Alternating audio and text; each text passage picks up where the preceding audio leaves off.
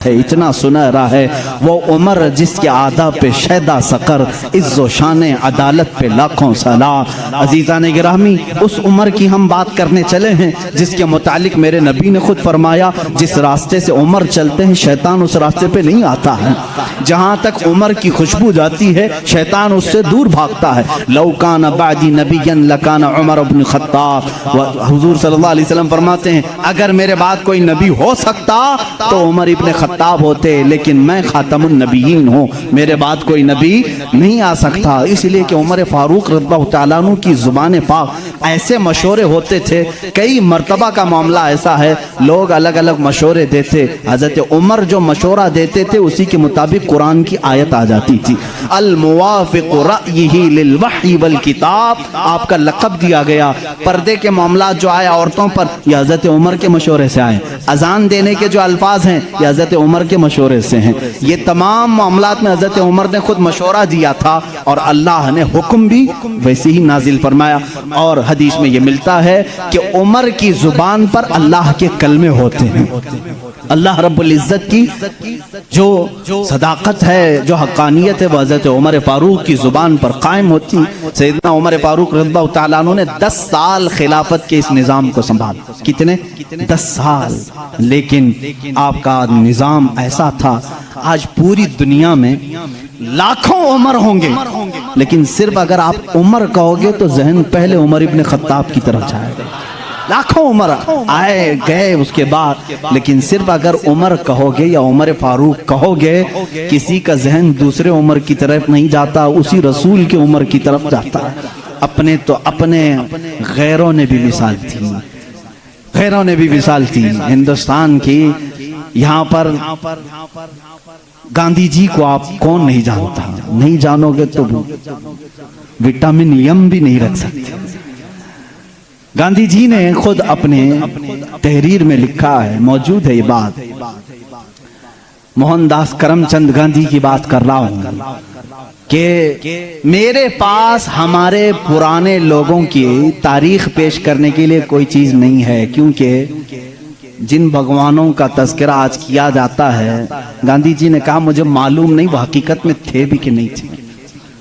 یہ میں دوسروں کی بات نہیں کر رہا ہوں، اسی لیے تو گاندھی جی کو RSS والے نہیں مانتے۔ ہاں صاف بات میں بتا رہا ہوں، انہوں نے لکھا ہے کہ مجھے معلوم نہیں کہ ہمارے مذہب کی جو شخصیات ہیں وہ حقیقت میں تھی بھی کہ نہیں تھی، لیکن ہندوستان کی پارلیمنٹ اب قائم ہوگی تو جو بھی سنبھالے گا میں اس کو 2 نام دے سکتا ہوں کہ ان کی طرح سنبھالو، ایک ابو بکر دوسرے عمر کا۔ کہا کہ یہ 2 نام خالی خیالی نہیں ہیں، فیلڈ پر تھے اور کر کے دکھایا۔ گاندھی جی پڑھے لکھے آدمی تھے اور ہسٹری کے وہ شوقین بھی رہے، جس کی وجہ سے تاریخ میں اس طرح کی دلچسپی تھی۔ ان شخصیات کا حوالہ کیوں دیا؟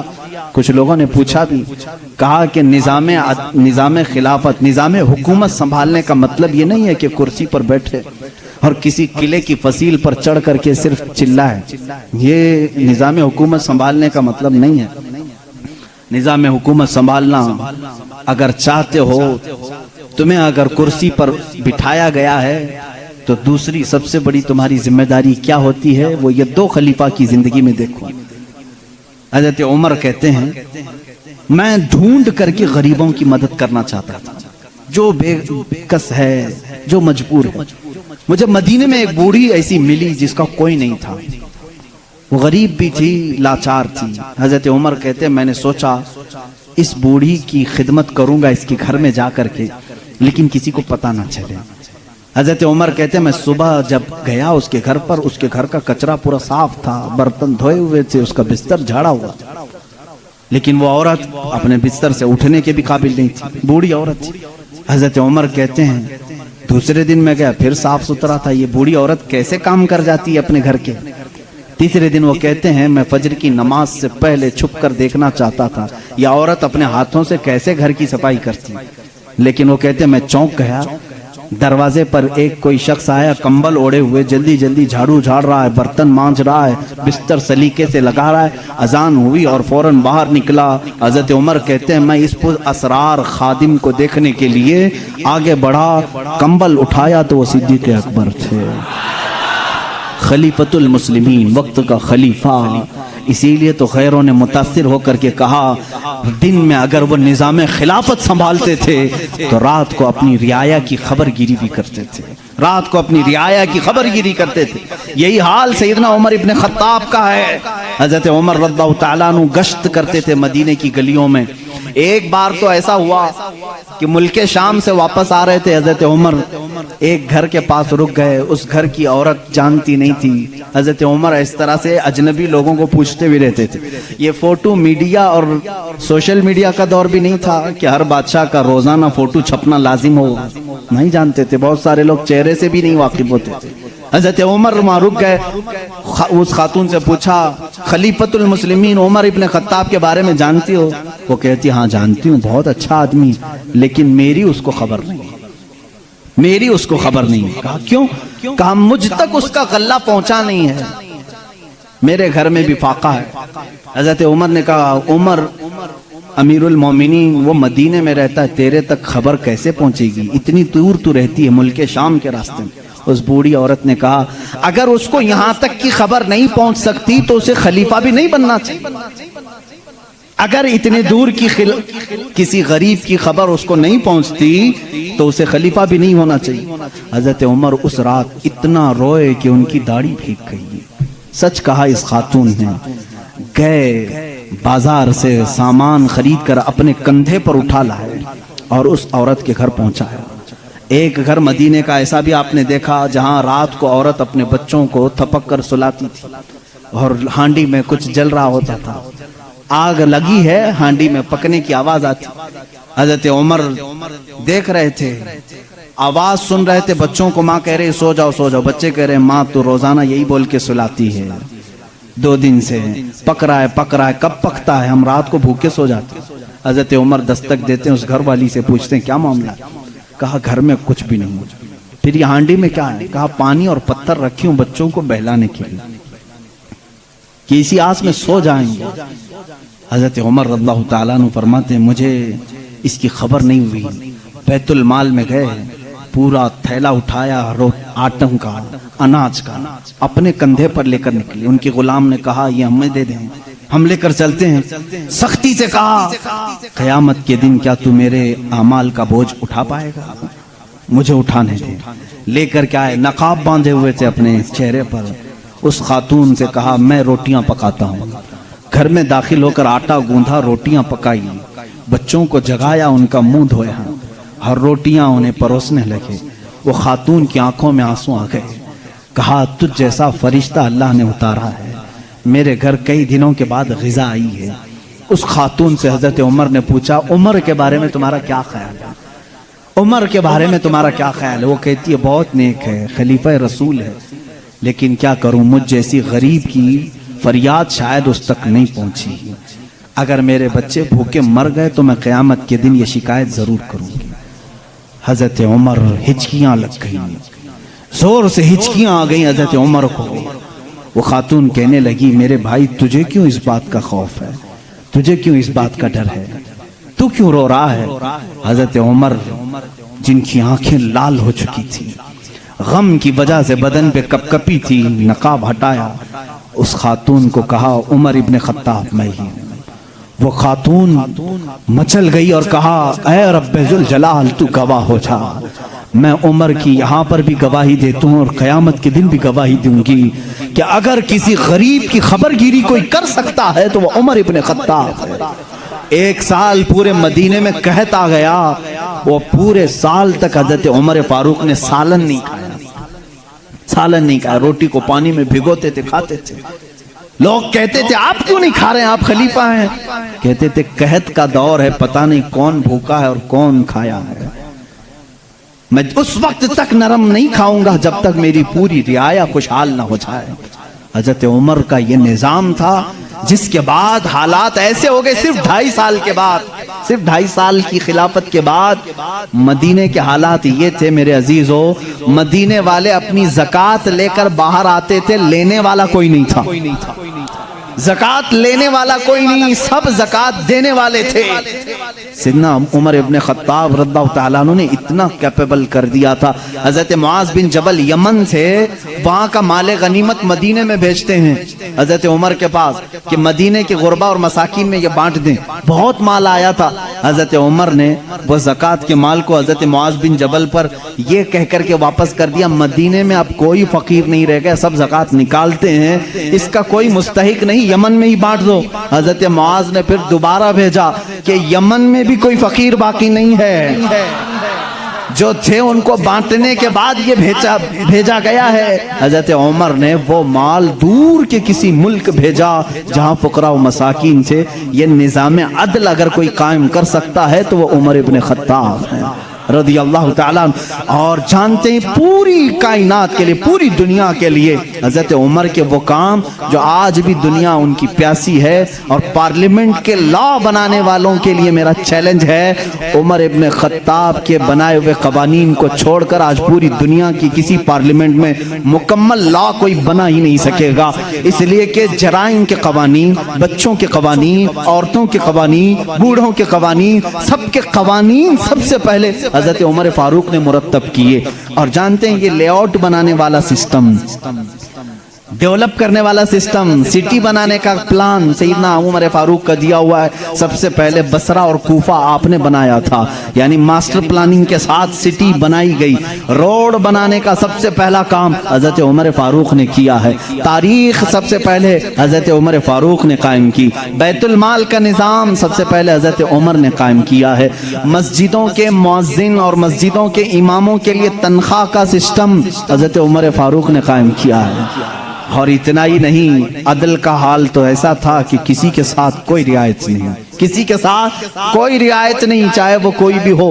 مصر کے گورنر کے بارے میں لوگوں نے صرف اتنا کہا کہ ان کے ہاں بہت قیمتی گھوڑا ہے، بہت پیسوں کا گھوڑا ہے، اور ان کا لباس بہت مہنگا ہے، یہ گورنر ہیں۔ حضرت عمر کے پاس یہ شکایت آئی، ان کو بلایا اور بلا کر کے کہا تو رعایا کے ساتھ کیا کرنے کے لیے تجھے بھیجا گیا؟ وہاں کے پیسوں سے تو نے قیمتی گھوڑا خریدا، قیمتی لباس پہنا۔ وہ ان کی گورنری کو معزول کر کے 100 بکریاں خرید کر کے ان کو دیا کہ اب زندگی بھر یہ بکریاں تو چرائے گا۔ بکریاں چرانے پر گورنر کو رکھ دیا۔ یہ ان کے معاملات میں پھر کوئی کچھ نہیں کہہ سکتا تھا۔ بڑے بڑے صحابہ، حضرت سعد ابن ابی وقاص کو معزول کر دیا تھا۔ خالد بن ولید رضی اللہ تعالیٰ عنہ، جن کو سیف اللہ کہا جاتا ہے، جس جہاد میں بھی وہ جاتے تھے فتح ہونا لازمی ہو جاتا تھا، یہ تو سب کو معلوم ہے۔ حضرت خالد بن ولید اپنی زندگی میں اتنی جنگیں کی ہیں، کوئی جنگ میں شکست نہیں ہوئی۔ ان کا یہ فخر تھا، جب جہالت میں تھے نا، اسلام نہیں لائے تھے، وہ جنگ احد کے سپہ سالار بن کے آئے تھے، اس میں بھی ان کو ہی فتح ملی تھی۔ کہتے کفر کی حالت میں بھی اللہ نے فتح ہی دی تھی، اسلام میں آئے تب بھی اللہ نے فتح ہی لکھی تھی۔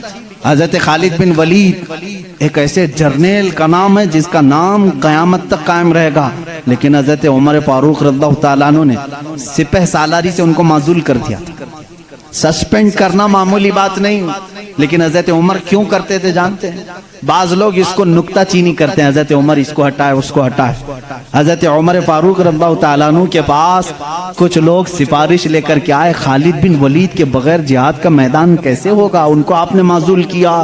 کام معزول کیا ہوں، لیکن سپاہی بن کر کے وہ جائیں گے، سپاہی بن کر کے جائیں گے، سپہ سالار کوئی اور ہوگا۔ صحابہ نے پوچھا اس فیصلے کو لینے میں کوئی حکمت ہے امیر المومنین؟ اللہ اللہ، توکل دیکھیں۔ امیر المومنین نے کہا ہاں ضرور حکمت ہے، میں مسلمانوں کو یہ بتانا چاہتا ہوں کہ کوئی جہاد، کوئی جنگ خالد بن ولید کی وجہ سے فتح نہیں ہوتی، اللہ کی مدد سے ہوتی ہے۔ سارے لوگ یہ ڈیپینڈ ہو کر کے نہ بیٹھ جائیں کہ اسی کی وجہ سے ہوتی ہے، میں اس اصول کو توڑنا چاہتا ہوں، فتح جو ملتی ہے وہ اللہ کی طرف سے ہوتی ہے، یہ یقین دینا تھا، بس اس لیے میں نے معزول کیا ہے۔ اور یقین، توکل ایسا حضرت عمر فاروق رضی اللہ تعالیٰ عنہ کا کتابوں میں لکھا ہے، مصر کے گورنر انہوں نے ایک بری رسم کے متعلق خط لکھ کر کے بھیجا. دریائے نیل سوکھ جاتا تھا ہر سال. وہاں کے لوگ اپنی 16 سال کی ایک نوجوان لڑکی کو ذبح کرتے, اس کی بلی چڑھاتے تھے اور خون جو ہے دریائے نیل میں بہاتے. ان کا عقیدہ تھا بلی دینے کے بعد پھر دریا جوش مار کر اوپر آ جاتا تھا. ہر سال ایسا ہوتا تھا. انہوں نے جب اسلامی حکومت وہاں آ گئی تو لوگوں نے وہاں کے گورنر سے, جو مسلمان تھے, صحابی تھے, ان سے پوچھا ہر سال ہمارا معمول ہے, اس سال بھی آپ اجازت دیں, جلوس نکالیں گے, ایک لڑکی کو ذبح کریں گے, اس کا خون ڈالیں گے. انہوں نے کہا میں تو یہ کام نہیں کروں گا, اور اگر ایسا ہے تو دیکھا جائے گا. وہ خاموش رہے. دریائے نیل حقیقت میں سوکھ گیا, پانی نیچے چلا گیا, لڑکی کی بلی نہیں دی. تو یاد رکھنا شیطان اس طرح کی حرکتیں تمہیں کر کے دکھایا کرے تاکہ تمہارا عقیدہ خراب ہو جائے. اس گورنر نے حضرت عمر کے پاس خط لکھا کہ اس کا کیا کروں, یہ کیسے حل نکالوں. حضرت عمر فاروق رضی اللہ تعالیٰ عنہ نے جواب میں 2 خط بھیجے, ایک گورنر کے نام اور ایک دریائے نیل کے نام. دریائے نیل دریا ہے, کیا دریا بھی خط پڑھتا ہے, دریا بھی بات چیت کرتا ہے. ہاں, رسول کے غلاموں کے ساتھ ہر چیز بات چیت کرتی ہے, ہر چیز بات چیت کرتی. حضرت عمر نے ایک خط گورنر کے نام پر لکھا, تم فکر مت کرو, تم اپنے کام پر باقی رہو, رسول اللہ کی شریعت کا نفاذ قائم رہے. اور رہی بات دریا جو سوکھتا ہے, میں اس کو لیٹر لکھ رہا ہوں. اس کو خط لکھا, کیا بسم اللہ الرحمن الرحیم, اے نیل. یہ خط عمر ابن خطاب رسول اللہ کے خلیفہ کی طرف سے دریائے نیل کے لیے. میں کہتا ہوں اے نیل, اگر تو اپنی مرضی سے بہتا ہے تو ہمیں تیرے پانی کی ضرورت نہیں, اور اگر تو اللہ کے حکم سے بہتا ہے تو عمر ابن خطاب رسول کی خلافت کو جو قائم کیا ہے حکم دیتا ہے کہ اللہ کے حکم سے جاری ہو جا. اتنا لکھا اور کہا یہ دریائے نیل کو دینا اور یہ مصر کے گورنر کو دینا. خط لے کر کے قاصد آیا, قاصد نے گورنر کو خط پکڑا ہے, گورنر کے نام پر تھا, وہ پہنچا, دریائے نیل کے نام پر تھا جو دریائے نیل کو دیا گیا. اس وقت موجود مصر کے سارے لوگ شاہد ہیں, اسی وقت دریائے نیل کا پانی جوش مار کر 16 گز اوپر آ چکا تھا. آج تک دریائے نیل دوبارہ کبھی نہیں سوکھا. 14 صدیاں گزر گئی. میں خود دریائے نیل کی کشتی کی سواری کر چکا ہوں. مصر میں 5 سال تک قاہرہ میں پانی برستا نہیں, بارش نہیں آتی. 5 سال, تقریباً 4 سال تک رہے, ایک دن بھی بارش نہیں دیکھی. 5 سال تک بارش نہیں آتی. لیکن دریائے نیل میں جاؤ تو لبالب بھرا رہتا ہے. ایسا لگتا ہے کہ خط کا اثر آج بھی باقی ہے. رسول اللہ کے غلاموں کی حکومت ہر شے پر قائم ہے, ہر شے پر قائم ہے. اللہ کے نبی صلی اللہ علیہ وسلم کے ان خلفاء نے پوری دنیا پر حکومت کی.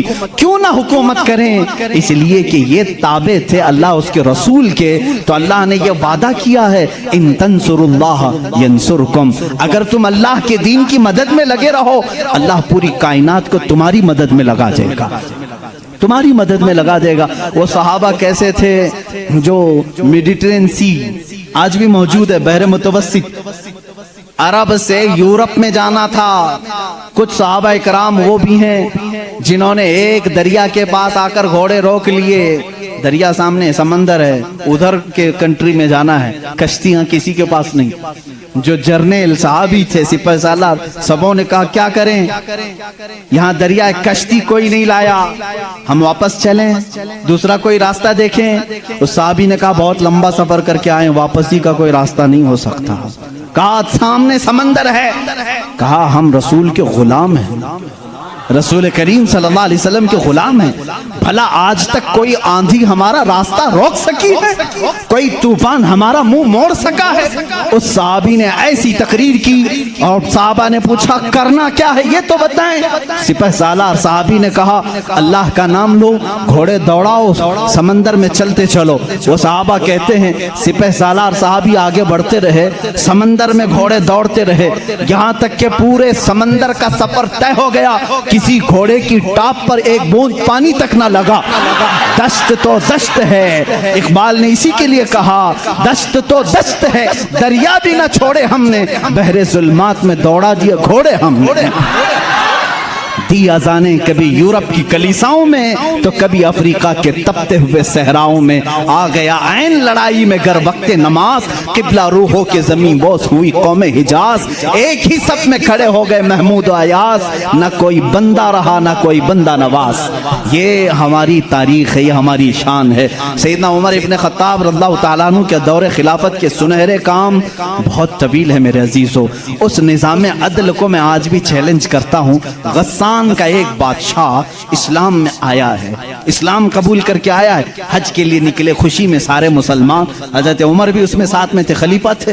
طواف کے دوران اس بادشاہ کی لنگی پر ایک مسلمان کا پیر پڑ گیا، لنگی سرک گئی، اس نے اپنی بے عزتی محسوس کی، تھپڑ مارا کعبے کے سامنے، اس مسلمان کو بہت اس نے مارا، وہ زخمی ہو گئے۔ انہوں نے شکایت کی حضرت عمر فاروق کے پاس۔ عادل، وہ عدل کی پیکر جو نظام رسول سے ذرا برابر ہٹ کر کبھی فیصلہ نہیں کرتے۔ حضرت عمر کا فیصلہ تو وہ ہے کہ ایک بندہ یہ حضور کے پاس فیصلہ لے کر کے آیا تھا، معلوم ہے نا، ایک یہودی اور ایک مسلمان زمین کے جھگڑے میں فیصلہ کیا۔ حضور نے فیصلہ کیا یہودی کے حق میں، یہ زمین تو چھوڑ دے، لیکن وہ مسلمان منافق تھا، دل میں بغض تھا، اس نے کہا میں رسول کا فیصلہ نہیں مانتا، عمر کے پاس فیصلہ لیں گے، عمر کے پاس کریں گے۔ وہ یہودی کو یقین تھا جو رسول فیصلہ کریں گے وہی عمر بھی کریں گے، لیکن یہاں معاملہ بدل گیا، یہاں معاملہ بدل گیا۔ وہ منافق یہ سوچتا تھا کہ عمر کو میں اپنی باتوں میں لے لوں گا، یہ یہودی ہے ہمارے دشمن، زمین میرے حوالے کر دی جائے۔ حضرت عمر کے پاس دونوں گئے اور کہا ہمارا معاملہ ایسا ایسا ہے۔ اس یہودی نے کہا اے عمر ایک بات سن لو، یہ فیصلہ تمہارے نبی کے پاس ہوا تھا۔ کہا انہوں نے کیا کہا؟ کہا میرے حق میں انہوں نے زمین کا فیصلہ کیا۔ پھر اس نے کیا کیا؟ کہا یہ نہیں مانتا، یہ کہتا ہے عمر کے پاس فیصلہ کرے۔ اللہ اللہ، کہا میں تو پھر اس کا فیصلہ کرتا ہوں۔ حضرت عمر اندر گئے، تلوار لائے، اس کی گردن اڑا دی۔ کہا جو رسول کا فیصلہ نہ مانے عمر اس کا فیصلہ ایسی کرتا ہے۔ یہ بات مدینے میں مشہور بھی ہو گئی، مسلمان کا قتل کر دیا عمر نے۔ حضور نے ان کو بلایا اور کہا کہ تم نے ایک مسلمان کا قتل کیا؟ کہا میں اس کو مسلمان مانتا ہی نہیں جو آپ کو حکم نہیں مانتا، لیکن اگر میں غلطی پر ہوں تو یا رسول اللہ مجھے سزا دے دیں۔ اس وقت تک آیت نہیں آئی تھی، آیت نازل ہوئی، فلا وربک لا یؤمنون حتی یحکموک فیما شجر بینہم۔ اے رسول قسم ہے تمہارے رب کی، اللہ فرما رہا ہے، اللہ فرما رہا ہے اے رسول تمہارے رب کی قسم، وہ ایمان والا ہو ہی نہیں سکتا جو اپنے آپسی معاملات میں آپ کو حکم نہیں مانتا۔ حضور نے فرمایا تب تو عمر نے صحیح فیصلہ کیا۔ اس فیصلے کے حامل علمبردار عمر کے پاس رضی اللہ تعالیٰ فیصلہ لے کر کے آئے، غسان کے بادشاہ اور ایک عام مسلمان کا۔ وہ بادشاہ ہے پہلے عیسائی تھا، مسلمان ہوا چند دن پہلے مسلمان ہوا ہے۔ دونوں کا فیصلہ آیا، حضرت عمر نے پوچھا کیا معاملہ ہے؟ وہ غسان کے بادشاہ نے کہا اے عمر امیر المومنین، کیا مجھے بھی کٹہرے میں کھڑا کریں گے؟ میں بادشاہ ہوں غسان کا، آپ مجھے اپنے بازو میں بٹھائیں۔ حضرت عمر نے کہا آج مقدمہ ہے، بادشاہ نہیں، تم بھی وہیں کھڑے رہو گے جہاں مقدمہ کرنے والا کھڑا ہے۔ دونوں کو کھڑا کیا، معاملہ پوچھا تو اس کے بعد حضرت عمر نے کہا تم نے زیادتی کی، اس کا غلطی سے پیر پڑا ہے، ہاں اگر تمہیں لگتا ہے کہ اس نے تمہاری بے عزتی کی تو سزا بھی تھوڑی ہونی چاہیے تھی، لیکن جتنا تم نے اس کو مارا ہے یہ اس کا حق ہے۔ کہا کیا فیصلہ ہوگا؟ حضرت عمر نے کہا اس عام مسلمان سے جتنے تھپڑ زیادہ اس نے لگائے تو بھی لگا دے، یہی فیصلہ ہے، جتنا اس نے زیادہ مارا ہے تو مار۔ وہ غسان کا بادشاہ کہتا ہے بادشاہ کو عام آدمی مارے گا؟ حضرت عمر نے کہا ہاں مارے گا، یہ نظام رسول ہے، یہ نظام رسول ہے، یہ قیصر و کسریٰ کی حکومتیں نہیں ہیں، یہ اللہ کے نبی کی قائم کی ہوئی عدالت ہے۔ اس نے کہا ایک دن کی مجھے مہلت دیں، کل آ کر کے اس فیصلے پر عمل کیا جائے۔ آپ نے کہا مہلت تو دی جا سکتی ہے، جیسے ریمانڈ میں لیتے ہیں۔ اس کو چھوڑا گیا، لیکن وہ بادشاہ فرار ہو کر کے بھاگ گیا اور اسلام بھی چھوڑ دیا، مرتد ہو کے چلا گیا۔ حضرت عمر نے اس دن کہا، کچھ لوگ کہنے لگے حضرت عمر اس کے حق میں بات کرتے تو بادشاہ آج مسلمان رہتا، ایسی کچھ باتیں بھولی بھالی لوگ کرتے ہیں، ایسا کرتے تو اچھا ہوتا، ایسا نہیں کرنا چاہیے تھا۔ حضرت عمر نے جلال میں کہا اس طرح کے 1000 چھوڑ کر جائیں تو جائیں، لیکن نظام رسول کا ایک حرف بھی میں اپنے ہاتھ سامنے سے جانے نہیں دوں گا، عدل کے تقاضوں کو پورا میں ہمیشہ ہوتا رہنے دوں گا۔ یہ سیدنا عمر فاروق کی عدالت تھی، یہ آج پیس اینڈ جسٹس کی بات کرتے ہیں، ان لوگوں سے بات کرتے ہیں جن کے پاس عمر جیسی عدالت ہے۔ اے میرے عزیزو، عدالت کے نام پر آج بڑا دھبا ہے یہاں پر، بہت سارے معاملات۔ ہو سکتا ہے بہت سارے لوگ میرے اوپر اس بات کا بھی کیس کر دیں کہ یہ حد کی عدالت ہے، عدالت کی بے عزتی کرتا ہے، ہو سکتا ہے۔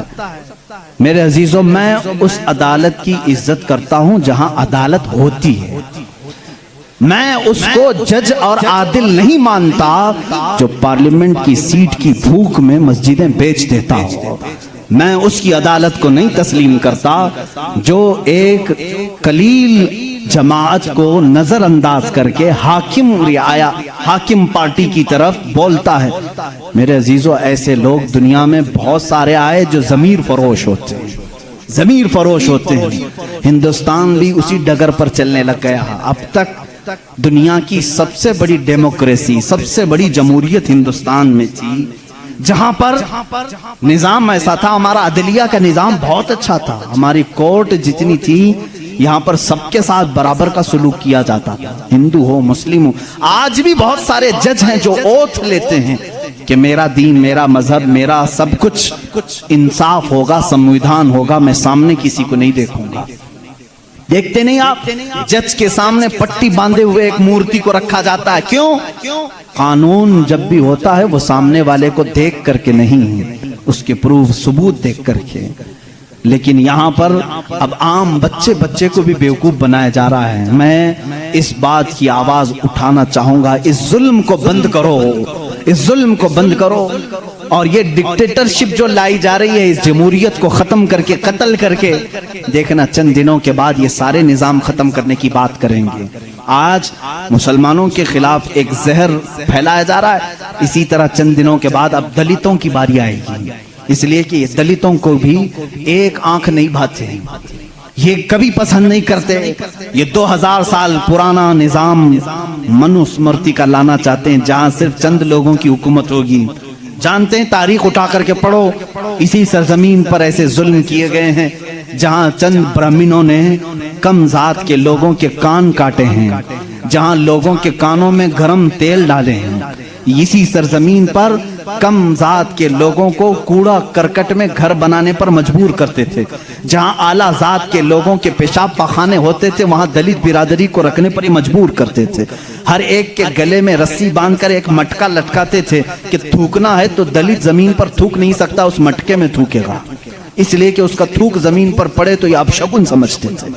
اس پورے نظام کو، یہاں پہلے ہندوستان میں یہ ساری چیزیں چلی ہیں، کاسٹزم، ذات برادری، اونچ نیچ کے معاملات چلتے رہے، لیکن میں سمجھتا ہوں کہ ہندوستان کو جب آزادی ملی، بھارت کو جو آزادی ملی 1947 کے بعد، سبوں نے مل کر کے ایک سمویدھان بنایا تھا، عدل و انصاف کا سب لوگوں نے حلف اٹھایا تھا، اس میں سب کا حصہ برابر کا ہوگا، سب لوگوں نے قربانی دی ہے، سب کے لیے نظام یکساں ہوگا، برابر ہوگا، اور سب کی دین کا، سب کے ریلیجین کا مان سمان کیا جائے گا۔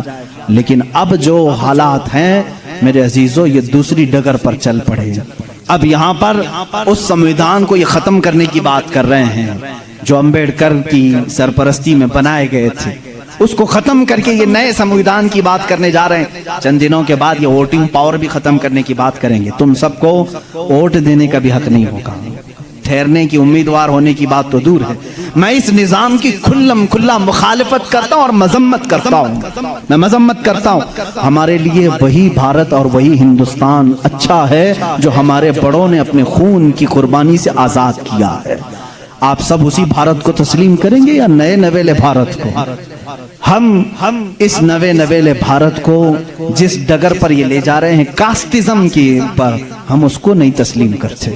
ہم اس بھارت کو، اس سمویدھان کو مانتے ہیں جہاں عدل سب کے لیے برابر ہو، سب کے لیے برابر ہو۔ سپریم کورٹ کو آزاد رکھا جائے، وہ سب کے ساتھ برابر کا انصاف کر سکے، چاہے وہ تخت پر بیٹھا ہوا آدمی ہو، چاہے وہ غریب آدمی ہو، سب کے ساتھ برابر کا عدل کر سکے۔ ہندوستان ہی کی بات میں اگر بتاؤں، یہاں پر ایک بادشاہ ایسا بھی گزرا جس کے ایک تیر سے ایک بچے کی موت ہو گئی تھی، ایک بچے کی موت ہو گئی۔ عورت جو بچے کی ماں تھی وہ مقدمہ کر دی چیف جسٹس کے پاس۔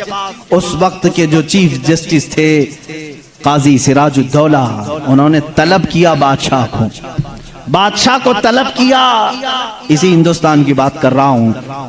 عورت ایک جگہ کھڑی ہے، وقت کا بادشاہ ایک جگہ کھڑا ہے۔ عورت نے کہا میرے بچے کو ان کے تیر سے موت ہو گئی۔ بادشاہ شکار کھیل رہا تھا، چوک کے تیر لگ گیا۔ بادشاہ نے کہا ہاں میرا تیر لگا تو ہے، گواہ بھی ہیں، سپاہی بھی گواہ ہیں، عورت بھی گواہ ہے۔ دو آپشن ہوتے ہیں موت کے بعد، کسی کا کچھ قتل ہو گیا انجانے میں، چوک کر اگر قتل ہو گیا، دو آپشن اسلام دیتا ہے۔ اس عورت کو قاضی نے کہا تیرے پاس دو آپشن ہیں، چاہے تو اپنے بچے کی موت پر دیت لے لے، کچھ پیسے لے لے بادشاہ سے اور اسے معاف کر دے، یا چاہے تو جان کے بدلے جان لے لے۔ بادشاہ کی جان بھی لے سکتی ہے۔ قاضی نے فیصلہ سنا دیا، یہ نہیں کہ بادشاہ کو چھوڑ دینا ہے، دونوں آپشن عورت کے اوپر۔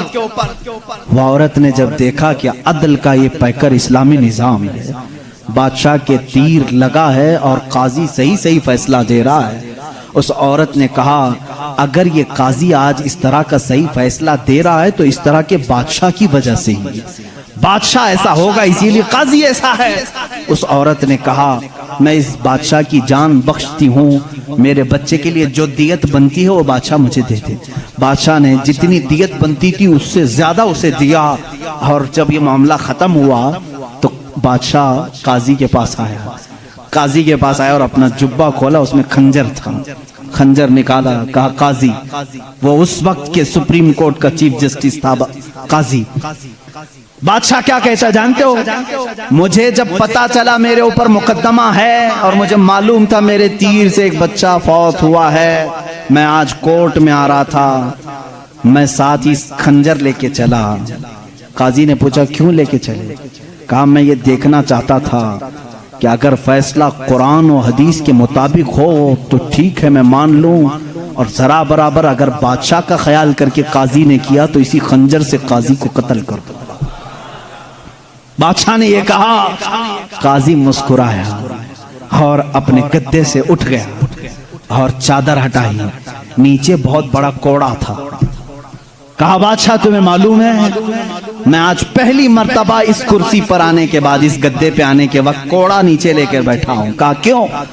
کہا میں نے اسی وقت طے کر لیا کہ بادشاہ کو کٹہرے میں کھڑا کروں گا اور فیصلہ قرآن و حدیث کے مطابق سناؤں گا، اگر بادشاہ مان لیا تو ٹھیک، ورنہ میں اس کوڑے سے اسے منواؤں گا۔ یہ نظام اسلام تھا، یہ عدل کے تقاضے تھے۔ وہ عمر ابن خطاب کے دور کے بھی سنہرے واقعات اسلام نے ہمیں ہر جگہ سکھائے ہیں۔ اے میرے عزیز بھائیوں، اپنے گھر میں بھی عدل کرنا سیکھو، جہاں تمہیں اللہ نے جتنا اختیار دیا عدل کے ساتھ پیش آؤ، اپنے مزدوروں کے ساتھ عدل کرو، اپنی بیویوں کے ساتھ عدل کرو، اپنے بچوں کے ساتھ عدل کرو۔ یاد رکھو قیامت کے دن تم سے سب چیزوں کا سوال ہوگا۔ اگر تمہارے 4 بچے ہیں، چاروں میں سے اگر کسی کے ساتھ اونچ نیچ کیا تو سارے تمہارے اعمال اکارت ہو جائیں گے، غارت ہو جائیں گے۔